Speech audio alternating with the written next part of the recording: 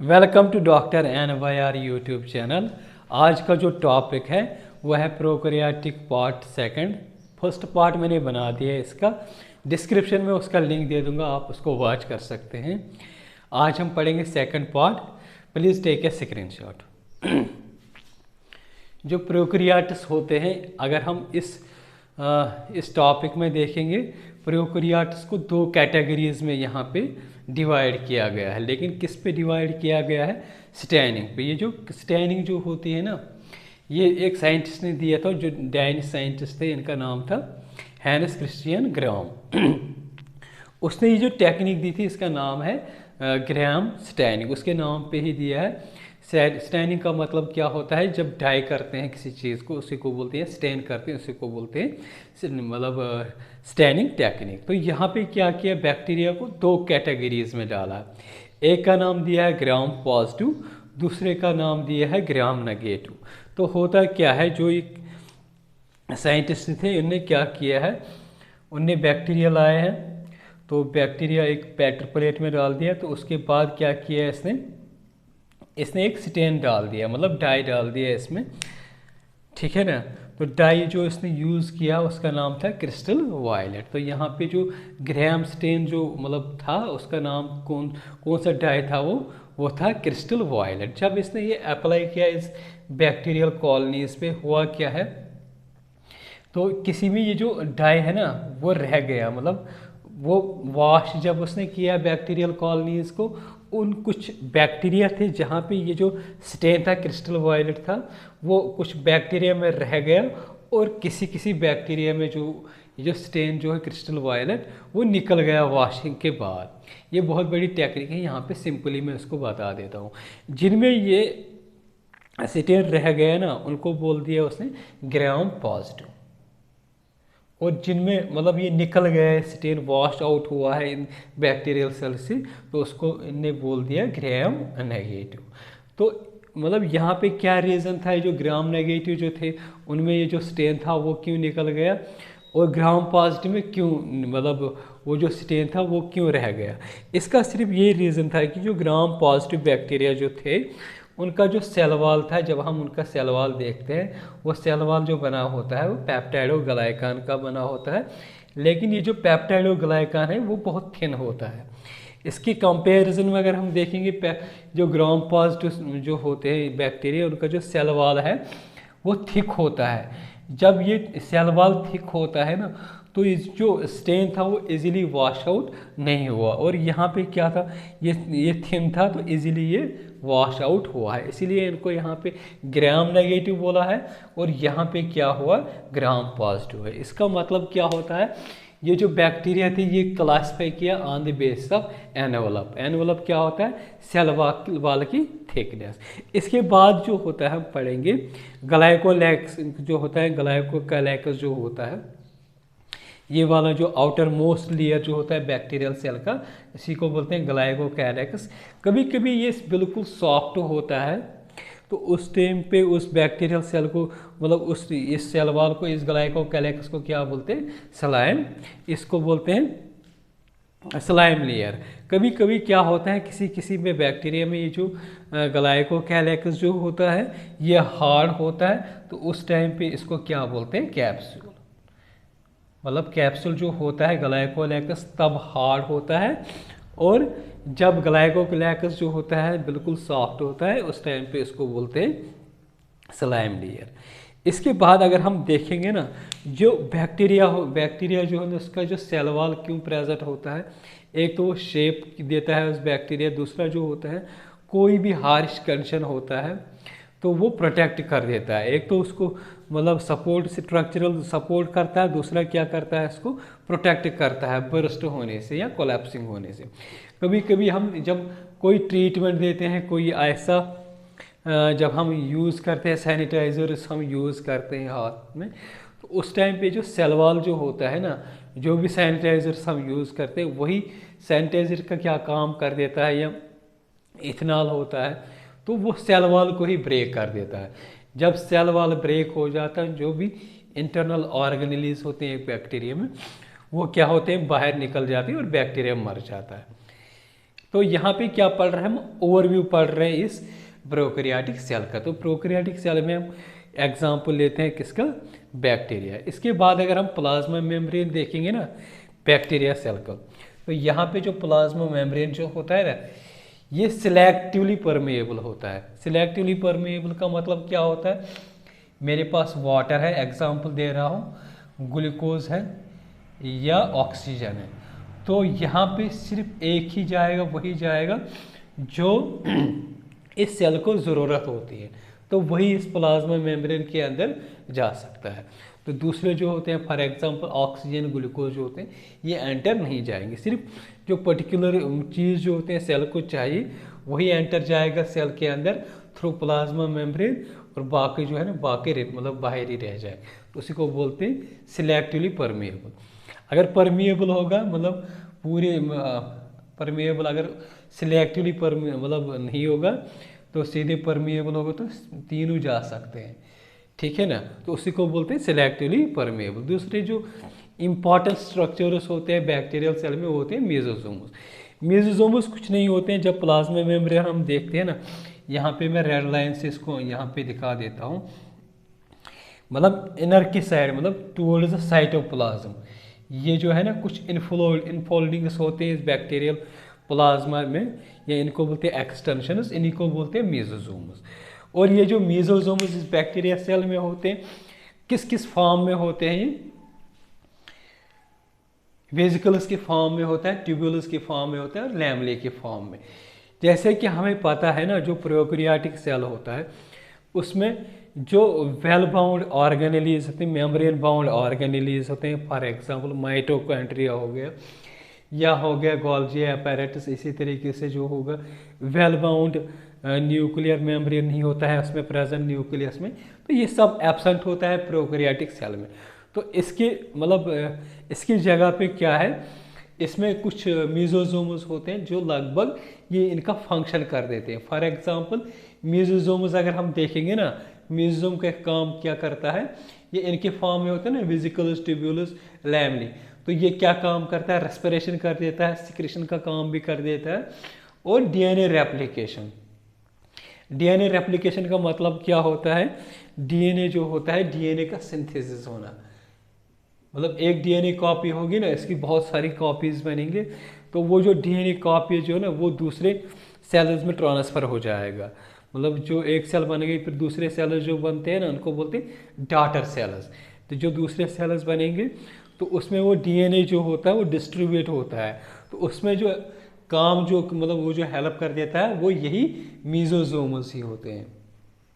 अगर हम देखेंगे साइनोबैक्टीरिया, ये जो एक्सटेंशंस होते हैं ना ये प्लाज्मा मेम्ब्रेन के, जिसको यहाँ पे हमने बोला है मेसोसोम्स, तो साइनोबैक्टीरिया को मेसोसोम्स, जब हम साइनोबैक्टीरिया को पढ़ते हैं तो उस टाइम पे जो मेसोसोम्स होते हैं उनको क्या बोलते हैं, क्रोमेटोफोरस। तो क्रोमेटोफोरस का फंक्शन क्या होता है यहाँ पे साइनोबैक्टीरिया में, जब हमने लास्ट वीडियोज में प्लांट किंगडम में पढ़ा था ना, तो वहाँ पे हमने देखे जो एल्गी होते हैं उनमें डिफरेंट पिगमेंट्स प्रेजेंट होते हैं, तो वो जो पिगमेंट जो प्रेजेंट रहते थे ना उनको स्टोर करने की एबिलिटी किनकी थी, क्रोमेटोफोरस की। तो जो क्रोमेटोफोरस जो होते हैं ये क्या करते हैं, ये पिगमेंट्स को स्टोर कर देते हैं। इसके बाद अगर हम देखेंगे ये बैक्टीरियल सेल में एक इम्पॉर्टेंट फीचर होता है, वो होता है फ्लैजला। फ्लैजला का काम क्या होता है, जिस बैक्टीरिया में ये प्रेजेंट होता है वो बैक्टीरिया मोटाइल होता है, और जिसमें ये प्रेजेंट नहीं होता वो नॉन मोटाइल होता है। मोटाइल का मतलब क्या होता है, वो मूव हो सकता है। जब हम एक फ्लास्क में देखेंगे कोई भी चीज़ जो होती है ना, तो वो ऊपर रहेगा ना, तो उसका हमें पता चलना चाहिए जो ऊपर रहेगा घूमता रहेगा वो मोटाइल, उसमें फ्लैजला प्रेजेंट होता है। जब कोई बैक्टीरिया बिल्कुल नीचे सेटल डाउन हो जाएगा तो हमें मतलब आइडिया लगाना चाहिए वो जो चीज़ है उसमें फ्लैजला प्रेजेंट नहीं है, इसीलिए वो नॉन मोटाइल है। तो जिस बैक्टीरिया में फ्लैजला प्रेजेंट होता है वो होता है मोटाइल, जिसमें नहीं होगा वो नॉन मोटाइल होता है, ठीक है ना। ये जो फ्लैजला जो होता है इसके 3 पार्ट्स होते हैं। एक होता है बेसल बॉडी, यहाँ पे बिल्कुल ये जो यहाँ से यहाँ तक है ना ये बिल्कुल फ्लैजला है, यहाँ पे मैंने इसको फ्लैजला, ये जो फ्लैजला का बिल्कुल ये सेल वॉल एक्सटेंशन होते हैं, सरफेस एक्सटेंशन भी बोलते हैं इनको। तो ये जो है ना, ये वाला पार्ट जो बिल्कुल सेल वाल से चिपका होता है, इस पार्ट को बोलते हैं बेसल पार्ट, क्योंकि ये बेस में प्रेजेंट होता है, इसीलिए उस बेस पे इसको बोलते हैं बेसल पार्ट। इसके बाद आता है हुक, और लास्ट में जो लॉन्गेस्ट पार्ट जो होता है उसको बोलते हैं फिलामेंट। तो अगर हम देखेंगे इस फ्लैगेला के 3 पार्ट्स होते हैं। एक हो गया ये फिलामेंट जो लॉन्गेस्ट होता है, यहाँ से यहाँ तक फिलामेंट होता है। इसके बाद जो होता है हुक, इसके बाद जो होता है जो मतलब हुक जो प्रेजेंट होता है ये इसके फिलामेंट के लास्ट में प्रेजेंट होता है। यहाँ पे देखेंगे ये हुक है, ठीक है ना। इसके बाद आता है बेसल बॉडी। बेसल बॉडी का काम क्या होता है, अगर हम देखेंगे ये फ्लैगेला को कनेक्ट करता है सेल वॉल के साथ, ठीक है ना। इसके बाद इम्पॉर्टेंट एक और स्ट्रक्चर्स होते हैं इनमें, एक बैक्टीरियल सेल में, बैक्टीरियल सेल मतलब प्रोकैरियोटिक सेल में, वो होते हैं पिल्ले एंड फेमरे। तो इनका ये जो पिल्ले एंड फेमरे जो होते हैं ना, यहाँ पे अगर आप लोग देख रहे हैं ना, ये पिल्ले हैं और ये फेमरे है छोटे वाले, ये वाले। तो ये हो गए पिल्ले और ये होते हैं फेमरे। इनका क्या फंक्शन होता है, पिल्ले जो होते हैं ये एक प्रोटीन से बना होता है जिसका नाम होता है पिल्लेन। तो ये अगर हम फ्लैगेला को भी देखेंगे और पिल्ले को भी देखेंगे, जो फ्लैगेला जो होता है ये क्या है, मोटिलिटी में हेल्प कर देता है। तो जब कोई चीज़ फ्लेक्सिबल होगा ना, वो हमेशा सॉफ्ट होगा। तो इसलिए फ्लैगेला जो होता है ना, ये सॉफ्ट होता है, ये इसकी मतलब मूवमेंट में हेल्प कर देता है। अगर ये हार्ड होता है ना तो बिल्कुल ही टूट जाता है, ये हेल्प नहीं कर देता उसके मूवमेंट में। इसलिए फ्लैगेला जो होता है ना, ये सॉफ्ट होता है। जो पिल्ले होते हैं यहाँ पे, ये बिल्कुल हार्ड होता है। तो इनकी ये डिफरेंस होती है, ये हार्ड होते हैं, दूसरा क्या होता है रिजिड होते हैं।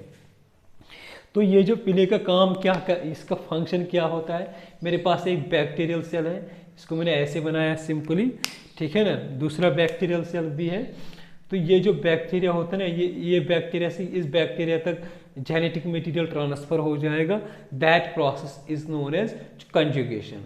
मतलब अगर हम देखेंगे जो रिप्रोडक्शन होता है ना, रिप्रोडक्शन के थ्रू बड़े मतलब जो बड़े ऑर्गेनिज्म होते हैं तो उनमें रिप्रोडक्शन के थ्रू चला जाता है ना ये डीएनए। लेकिन यहाँ पे क्या होता है, जो जेनेटिक मटेरियल जो होता है एक बैक्टीरिया से दूसरी बैक्टीरिया में जो चला जाता है, वो थ्रू ये जो पिल्ले जो होते हैं ना यहाँ पे, इसी के थ्रू चला जाता है।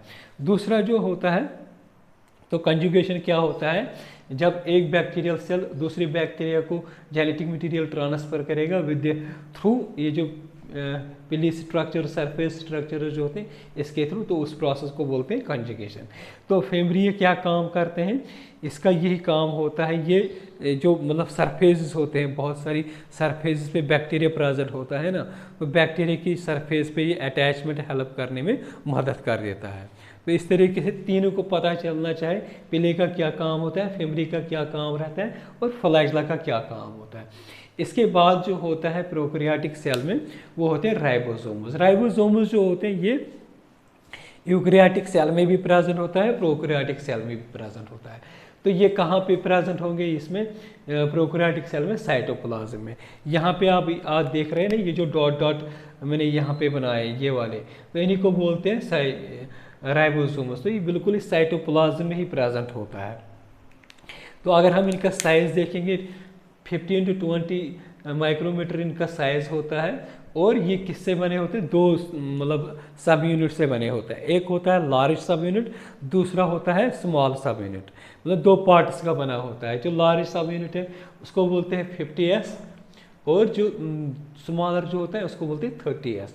तो दोनों टुगेदर क्या फॉर्म करते हैं, ये 70S। ये कैसे बनाते हैं, यहाँ पे मैथमेटिक्स का नहीं चलता है। यहाँ पे 70S का मतलब क्या होता है, जब हम सेंट्रीफ्यूगेशन, ये जो S का मतलब क्या होता है, सेवेरबर्ग कोएफिशिएंट। तो इसने जो सेवेरबर्ग ने जब सेंट्रीफ्यूगेशन प्रोसेस करते हैं ना, सेंट्रीफ्यूगेशन जब हम कभी मतलब लैब में जाते हैं, वहाँ पे सेंट्रीफ्यूग होता है, वहाँ पे क्या करते हैं, टेस्ट करते हैं किसी भी चीज़ का। तो जो राइबोसोम जो अकेला जो होगा ना, मतलब टुगेदर होगा, मतलब कंबाइन होगा अकेला, तो वो सेडिमेंट हो जाएगा, मतलब नीचे सेडिमेंट हो जाएगा। कितने मतलब किस पे, अगर हम देखेंगे ये नीचे जो होता है ना, नीचे ये 70s पे हो जाएगा, ना कि 80s पे हो जाएगा। हमें इनको जोड़ना नहीं है, यहाँ पे इस प्लस नहीं, ये सेडिमेंटेशन रेट एस जो है ना, यहाँ सेडिमेंटेशन रेट बता देता है, ना कि यहाँ पे मैथमेटिशियन मतलब अर्थमेटिक नहीं लगता है। ये 70s जब पूरा होगा तो जब 70 जो लार्ज सब यूनिट जो होगा ना वो 70s पे सेडिमेंट हो जाएगा, नीचे बॉटम पे आएगा। अगर हम इसके स्मॉल यूनिट्स देखें, छोटे वाले यूनिट्स जो होते हैं, अगर हम उनको सेंट्रिफिकेशन करेंगे, जो छोटा वाला जो होगा वो किस स्मॉलर फ्रैगमेंट स्मॉलर सब यूनिट किस पे सेडिमेंट हो जाएगा, 30s पे हो जाएगा, और लार्ज किस पे हो जाएगा, 50s पे हो जाएगा। ठीक है ना। तो दोनों को अगर हम करेंगे, दोनों को मतलब इकट्ठे हो जाएगा, तो हमें अलग अलग नहीं करना है। तो ये 70s पे हो जाएगा सेडिमेंट, मतलब एस क्या बता देता है, सेडिमेंटेशन रेट। इसी तरीके से अगर हम न्यूक्लियस को सेडिमेंट करेंगे ना, न्यूक्लियस अलग मतलब अलग सेडिमेंट रेट पे सेटल डाउन हो जाएगा सेंट्रिफिकेशन में। तो यहाँ पे 50 + 30 ये मतलब 80 नहीं लगाना है, बल्कि ये क्या डिटरमाइन करता है, 70s पे सेडिमेंट हो जाएगा नीचे बॉटम पे जब हम इसको सेंट्रिफिकेशन करते हैं। राइबोसोम्स का काम क्या करते हैं, ये प्रोटीन सिंथेसिस में हेल्प कर देते हैं। तो जब बहुत सारे राइबोसोम्स जो होते हैं ना इकट्ठे हो जाएंगे, सपोज 50s 30s, ठीक है ना, जब ये बनेंगे तो क्या बनाएंगे, लार्ज 70s, तो ये एक चेन जो होता है ना एक अटैच हो जाएंगे, जो हमें कभी मतलब नेक्स्ट टाइम नेक्स्ट वीडियोस में पढ़ेंगे हम, वो मतलब प्रोटीन सिंथेसिस का पार्ट है। तो ये जो 30s एंड 50s ये बनाएंगे 70s, बीच में क्या आएगा, mRNA आएगा न्यूक्लियस से, ये अटैच करेंगे इन दोनों सब यूनिट्स को, मतलब बहुत सारे राइबोसोम्स अटैच होंगे ना, ये एक हो गया, ये एक हो गया, ये एक हो गया, 70s, तो इनको बोलते हैं पॉलीसोम। पॉलीसोम का मतलब क्या होता है, a chain of large chain of is 70s ribosome का विथ mRNA। mRNA का मतलब क्या होता है, मैसेंजर RNA। ये कहाँ से आता है, DNA से आता है। DNA प्रेजेंट होता है ये न्यूक्लियस में, ये न्यूक्लियर में, ठीक है ना। तो इस तरीके से पॉलीसोम बनाता है, ठीक है ना। इसके बाद होता है इंपॉर्टेंट होता है, ये बार बार नीट में आता है, इंक्लूजन बॉडीज होते हैं इसमें, किसमें, प्रोकैरियोटिक सेल। ये इंक्लूजन बॉडीज क्या होते हैं, ये रिजर्व मटेरियल मतलब इनमें रिजर्व मटेरियल होता है। दूसरा क्या होता है, ये साइटोप्लाज्म में प्रेजेंट होता है। तीसरा इंपॉर्टेंट फीचर इनका क्या होता है, ये इनमें मेम्ब्रेन मतलब प्रेजेंट नहीं होता है, विदाउट मेम्ब्रेन होते हैं। तो कुछ एग्जाम्पल्स होते हैं इस इंक्लूजन बॉडीज के, फॉर एग्जाम्पल फॉस्फेट ग्रैन्यूल्स, ये साइनोफेशियल ग्रैन्यूल्स, ग्लाइकोजन ग्रैन्यूल्स होते हैं। गैस वैक्यूल्स भी इंक्लूजन बॉडीज में आता है, लेकिन अगर हम देखेंगे बीजी मैंने शॉर्ट में यहाँ पे लिखा, ब्लू ग्रीन एल्गी में होता है। और दूसरा किस में प्रेजेंट होता है, ग्रीन फोटोसिंथेटिक बैक्टीरिया में गैस वैक्यूल्स जो होते हैं रिप्रेजेंट करता है इंक्लूजन बॉडीज। इसके साथ साथ मैंने प्लाज्मिड भी पढ़ाया था पहले वाले वीडियोस में, उसको आप देख सकते हैं। ये क्या होता है, प्लाज्मिड भी प्रेजेंट होता है, यहाँ पे इंक्लूजन बॉडीज होते हैं। अगर आप लोगों को यह हमारा वीडियो अच्छा लगा होगा, प्लीज़ इस चैनल को सब्सक्राइब कर दीजिएगा, वीडियो को लाइक एंड शेयर कर दीजिएगा। Thank you very much.